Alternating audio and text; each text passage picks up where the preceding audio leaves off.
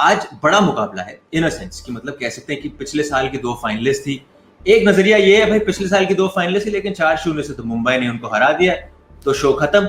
यहाँ पे वहां पे बात और करने की जरूरत है नहीं। पर दूसरा नजरिया वीरू भाई, सॉरी, हाँ जी, नहीं ठीक है 4-0 से हरा है, लेकिन एक भी मैच ऐसा हुआ कि जो टक्कर का मुकाबला था पिछले साल 4-0, तो वो एक कंसर्न है। क्योंकि अगर आप इतनी अच्छी टीम हो, फाइनल तक पहुंचते हो और फाइनल में जाकर आप मतलब वन साइडेड फाइनल कर देते हो, दूसरी टीम को जिता देते हो, तो शायद मुझे लगता है कहीं ना कहीं वो मेंटल ब्लॉक है जो दिल्ली का मुंबई के खिलाफ, वो निकलना बहुत जरूरी है।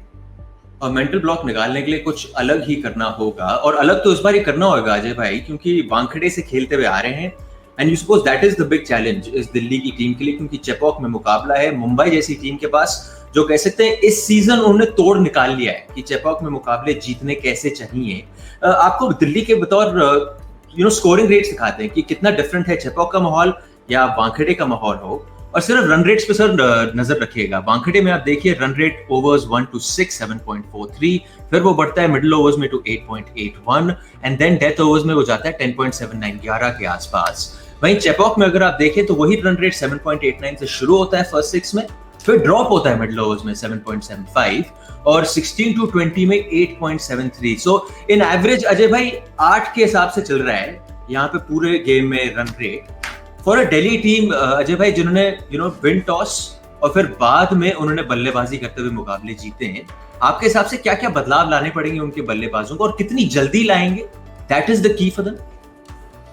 जी, कुछ ना कुछ बदलाव तो लाना पड़ेगा ना, क्योंकि आप इतने मैचेस हारते रहे हैं। लेकिन जो ये आंकड़े आपने दिखाए ना, इन आंकड़ों से थोड़ी सी, मैं अगर दिल्ली की तरफ से सोचूं तो मुंबई का फैन, लेकिन दिल्ली की तरफ से 2 मिनट सोचता हूँ ना, मैं कहता हूँ यार ये हमको ज्यादा सूट करता है, क्योंकि हमारा जो खेलने का अंदाज है वो मुंबई की तरह नहीं है ना कि आखिरी में तेज होते हैं। पहले भी तेज रहती है मुंबई, लेकिन आखिरी में वो एक अलग स्पीड पकड़ती है। दिल्ली की टीम के साथ वैसा नहीं देखा हमने कि भाई शुरू में जैसे खेलते हैं उसी तरह बीच में खेलते हैं और उसी तरह एंड में, जैसे वो आंकड़े दिख रहे हैं चेन्नई के, कि धीरे धीरे धीरे ही बढ़ते हैं, लेकिन कोई डिस्टिंक्ट चेंज आप नहीं देखते। तो उस लिहाज में ये जो आंकड़े आए हैं आपकी स्क्रीन पे कि अगर 8.5 मतलब 7.89 से शुरू कर रहे हैं, बीच में भी 7.75 है, आखिरी में भी 8.73, और ये सारी टीमों के आंकड़े मिला के ना एवरेज बना हुआ है। तो उस लिहाज से तो दिल्ली के लिए, क्योंकि दिल्ली का जो तरीका है वो ऐसे ही है, वानखेड़े का तरीका दूसरी तरफ नजर आ रहा है ना आपको, वो भी एवरेज है, वो मुंबई का नहीं है, लेकिन 7, 8 और फिर 10, 11, 12 वो मुंबई का स्टाइल है। तो उस तरह से तो एक मतलब जो चीजें क्लचिंग टू स्ट्रॉ बोलते हैं ना, जब आपके पास कुछ बचा ही नहीं है आप कुछ को ढूंढते हैं, तो उस तरह से तो मुझे ये लग रहा है कि थोड़ी सी होप बढ़ती है दिल्ली। होप बढ़ती है इन व्हाट सेंस अजय भाई? क्योंकि इज इट बिकॉज उनका जो टॉप 4 है, अब स्टीवन स्मिथ तो आ गए हैं, पर टॉप 4 में 3 आपके बल्लेबाज भारतीय बल्लेबाज हैं, तो ऐसा तो है नहीं कि कंडीशंस उनके लिए बिल्कुल एलियन हैं, तो वो खेले में यहाँ पे और जानते हो एडजस्टमेंट कैसे करें। बिल्कुल, दोनों टीमों में अगर आप देखें, सिवाय क्विंटन डिकॉक को निकाल दे तो पहले 4 तो उधर भी भारतीय है, 4 या 5, और इधर भी भारतीय है, तो बैटिंग दोनों तरफ भारतीय टीम की, उसमें कोई इतना फर्क नहीं। दिल्ली का जो खासकर आपने पूछा, दिल्ली में क्या है, शिखर धवन एक की है जब रन बनाते हैं, पृथ्वी शॉ पिछले साल फॉर्म में नहीं था, वो जो 4 मैच की बात हो रही है, एक तो खिलाया भी नहीं था, तो वो अब फॉर्म में है। और ऋषभ पंत इस फॉर्म में है ना इस साल, वो एक मतलब जैसे सूर्य कुमार पिछले साल एक अलग ही दुनिया में खेल रहे थे, तो ऋषभ पंत का भी 4-6 महीना कुछ ऐसा रहा है। तो मैं वो चीजें ढूंढने की कोशिश कर रहा हूँ कि क्या क्या दिल्ली का पॉजिटिव है। और एक सबसे बड़ा जो बदलाव है, अगर कप्तान अपना दिमाग चलाता है, अगर कोच चला रहा है तो सेम है भाई, लेकिन अगर कप्तान अलग अपने अपने दिमाग चला रहे हैं ना, तो ऋषभ पंत और Shreyas Iyer, not saying right और रॉन्ग कौन है, लेकिन ये बात तो पक्का है दोनों की सोच एक्सट्रीमली ऑपोजिट है। वीरू भाई, आपने इन बल्लेबाजों को देखा है, फॉर्म में खेल रहे हैं, फ्री फ्लोइंग बल्लेबाजी भी कर रहे हैं। क्या इस मुकाबले से पहले जस्ट प्योरली बिकॉज आप कंडीशंस को रिस्पेक्ट कर रहे हैं, क्या आप शिखर धवन और पृथ्वी शॉ को बोलोगे भाई थोड़ा और वैल्यू अपने विकेट पे डालो और थोड़ा धैर्य और दिखाओ?